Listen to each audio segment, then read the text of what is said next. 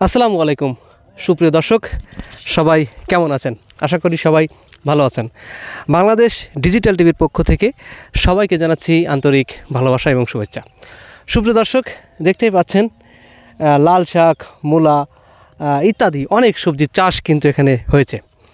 আমার পিছনে দেখতে পাচ্ছেন এই জমির মালিক, যিনি এই চাষটি করেছেন, তাকে আমরা দেখতে পাচ্ছি তিনি কিন্তু লাল শাক তুলছেন। সুপ্রিয় দর্শক, আমার ভাইয়ের সঙ্গে পরিচিত হব এবং ভাই এখানে কেমন কি চাষ করেছেন, কেমন কি চাষ হয়েছে সেটা আমরা জানব। তো ভাইজান একটু এদিকে আসেন, এদিকে আসেন। আপনি ভালো আছেন? হ্যাঁ, ভালো। আসসালামু আলাইকুম। ওয়ালাইকুম আসসালাম। আচ্ছা, প্রথমে আমাদের বাংলাদেশ ডিজিটাল টিভির পক্ষ থেকে আপনাকে আন্তরিক ভালোবাসা এবং শুভেচ্ছা জানাচ্ছি। তো আপনার নাম এবং পরিচয়টা আমাদেরকে যদি একটু বলতেন। আমার নাম মোহাম্মদ মুশাররফ হোসেন, গ্রাম আড়ংপাড়া, তালা উপজেলা, সাতক্ষীরা জেলার অধীন। জেলা। তো আপনি এখানে দেখছি যে অনেক কিছু চাষ করেছেন, লাল শাকের চাষ করেছেন, মূলার চাষ করেছেন, তারপর আছে আর কি কি আছে বলেন আমাদের। বিট কপি আছে, আপনার ওলকপি আছে, পেঁয়াজ আছে, রসুন আছে, এই আর কি শীতকালীন সবজি, যেটা শীতকালীন সবজি।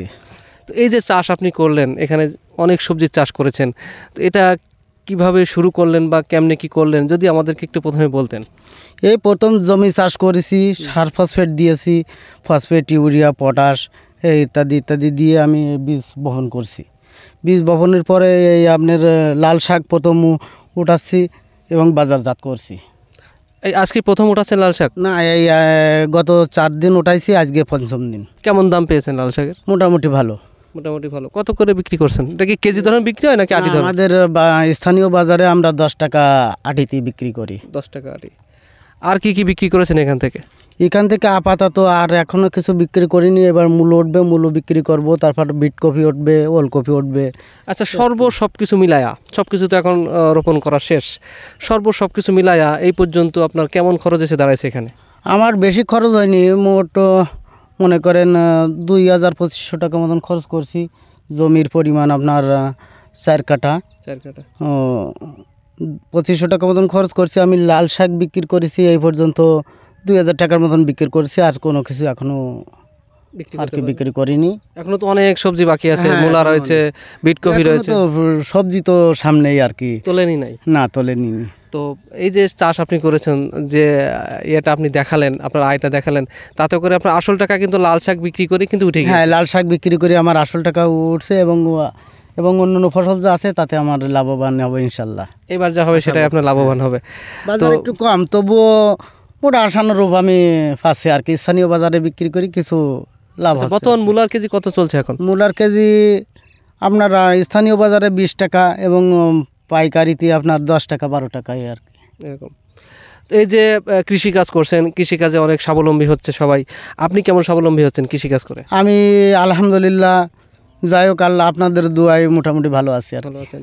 এই কৃষিকাজ করে আপনার পরিবারের কয়জন সদস্য আছে এবং সব কিছু কি কৃষিকাজের উপরে নির্ভর করে নাকি আপনি বাইরে আদার সাইড অন্য কিছু করেন? আমি অন্য কিছু করি না, দু একটা গরু পুষি আর কি এই ক্ষেত কামারে করি আর কি। গরু কয়টা আছে আপনার? আপনার 4টা গরু আছে। বাড়ির সদস্য কয়জন? আমরা 5 জন। 5 জন। আপনারা, আপনি এবং ভাবি 2 জন? 2 জন, 2 ছেলে এবং আমার মা। 2 ছেলে। আপনার মেয়ে কেন হয় না? মেয়ে আর না, হবে না। ঠিক আছে। সুপ্রিয় দর্শক, ভাইয়ের নাম যেন কি? মোহাম্মদ মুশাররফ হোসেন। মোহাম্মদ মুশাররফ হোসেনের ভাইয়ের সঙ্গে কথা বলছিলাম। এখানে কিন্তু অনেক সুন্দর একটা ক্ষেত, যেখানে সবজির চাষ করেছেন।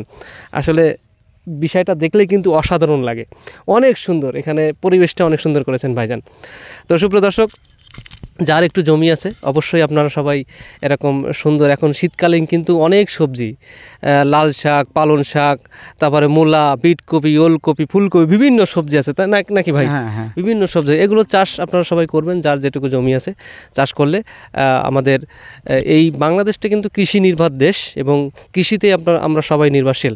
তো আপনারা সবাই চাষ করবেন। ভাইজান, আপনি আমাদের দর্শকের উদ্দেশ্যে যদি কিছু বলেন।